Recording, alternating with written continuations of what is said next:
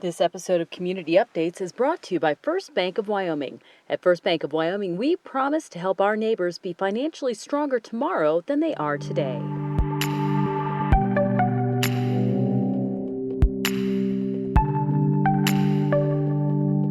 One of the highlights for tourists coming to Cody during the summer is the opportunity to see a professional rodeo every night. But this year's Cody Night Rodeo has been delayed and altered by the coronavirus pandemic. Mike Darby is the co-president of the Cody Stampede Board, which governs all activity at the rodeo grounds, including the nightly rodeo that usually runs from the 1st of June through the end of August. But this year, Darby says they're looking at a much different picture, including pushing back the opening date by 2 weeks.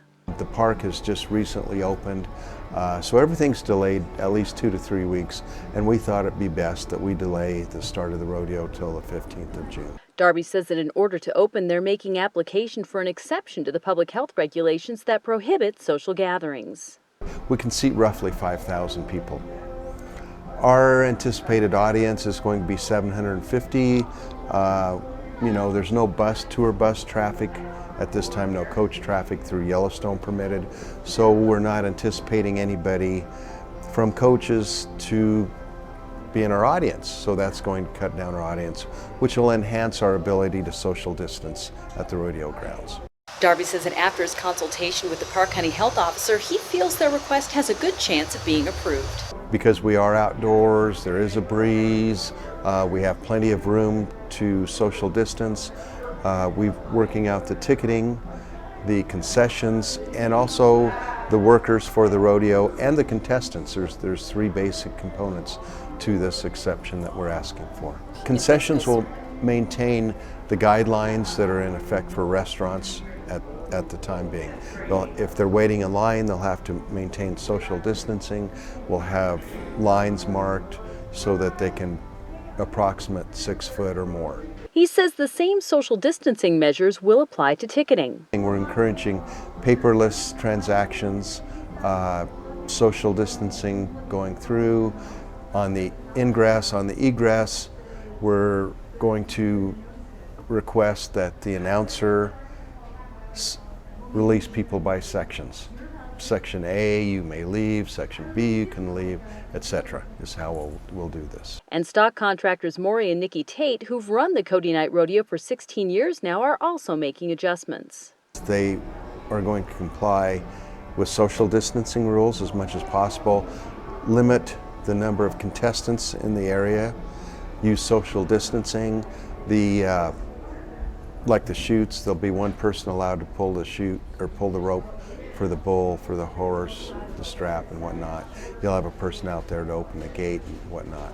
Judges will obviously maintain social distancing as part of their job anyway.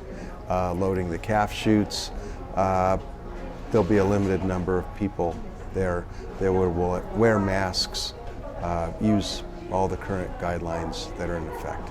Other local attractions, such as the Buffalo Bill Center of the West, Old Trail Town, the Cody Firearms Experience, and nightly music performances at the Cody Cattle Company and the Dan Miller Cowboy Music Review are going to be open for tourist activity as well.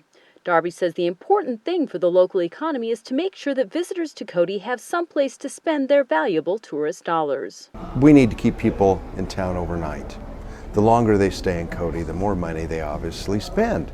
And right at this point, it's really critical that we get as much money into the local economy as we can. And we're trying to pull out every stop we can to encourage people to stay in Cody. It's imperative that this happens quick, and we have a good summer, and we need to start as quickly as we can.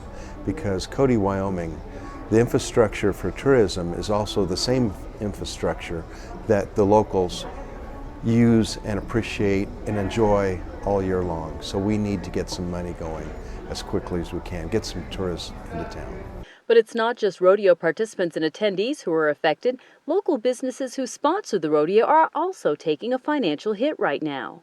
There's not much money in circulation right now. There's not much business going on. And so what we're doing as far as the Stampede is, we're going to give our sponsors a pass this year. If they don't want to, they don't have to, but we will go ahead and sponsor them because they've been so good to us. We're going to give something back. Darby adds, though, that the cowboys and cowgirls who participate in the rodeo each year are anxious to get back in the saddle. Oh, they're excited. They want to come rodeo. They want to come do something. They want to rope, they want to ride, they want to run the barrels. They want to go rodeo. They're looking for an outlet. They want to go participate. What's heartbreaking, according to Darby, is that the hit comes less than a year after the Cody Stampede celebrated its 100th year of rodeo, and that annual festivity is now in jeopardy. You know, you go from the ultimate high to the ultimate struggle. You do.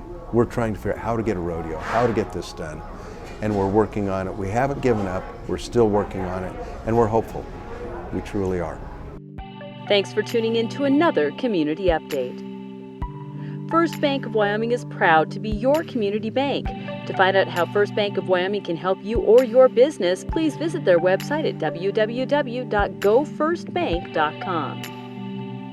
If your business would be interested in sponsoring these conversations with local community leaders, please contact me at 307-899-2799 or email me, Wendy@wanderwyoming.com.